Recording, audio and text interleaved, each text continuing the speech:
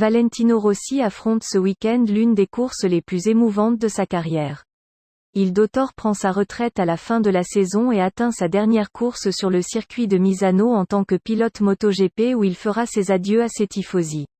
Ce sera la deuxième fois que le MotoGP court en Italie cette saison et Rossi assure que c'est une situation un peu étrange, parce que c'est la deuxième fois que nous sommes ici cette saison et cela le rend un peu particulier, car normalement nous ne venons qu'une seule fois, mais au cours des 2 dernières années, avec la situation due à la pandémie, nous avons appris à répéter dans certains circuits. Rappelle-t-il Rossi. Rossi a sans aucun doute bien fait de pouvoir dire au revoir en grand cette saison à son public. Le premier rendez-vous à Misano était déjà spécial pour tous les fans, et maintenant il a une deuxième chance de dire au revoir en grand, bien qu'il espère que le temps le fera.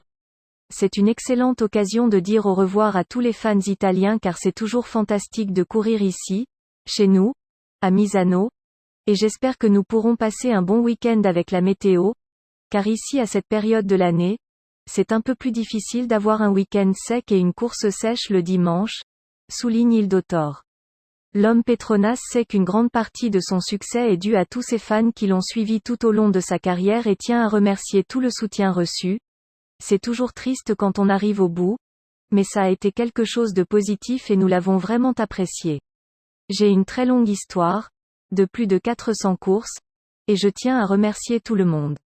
Pour cela, j'ai un soutien incroyable à travers le monde, surtout en Italie, et j'essaie toujours de faire de mon mieux, mais nous verrons comment nous nous débrouillerons ce dimanche, même s'il restera encore 2 courses, a déclaré Rossi. Rossi en a profité pour clarifier certaines déclarations qui, selon lui, ont été sorties de leur contexte.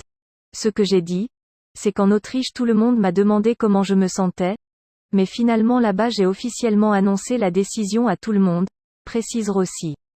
Je devais rester concentré car j'avais une demi-saison devant moi et j'ai dit qu'à Valence, ce sera différent, car ce sera la dernière fois sur la moto et sur la grille et je suis sûr que mes émotions me submergeront et en Italie, nous utilisons beaucoup la paranoïa, mais ce n'est pas une expression c'est tellement bien parce que je me doute un peu que cela va arriver, mais ce n'est pas le cas. Valentino a continué. L'Italien en a également profité pour parler de sa pupille, Pecco Bagnaia, et la lutte pour le championnat avec Quartararo. La différence qu'ils ont est de 52 points et Fabio veut fermer le titre le plus tôt possible, donc il va l'essayer dimanche parce que, si les choses traînent, cela devient toujours plus difficile.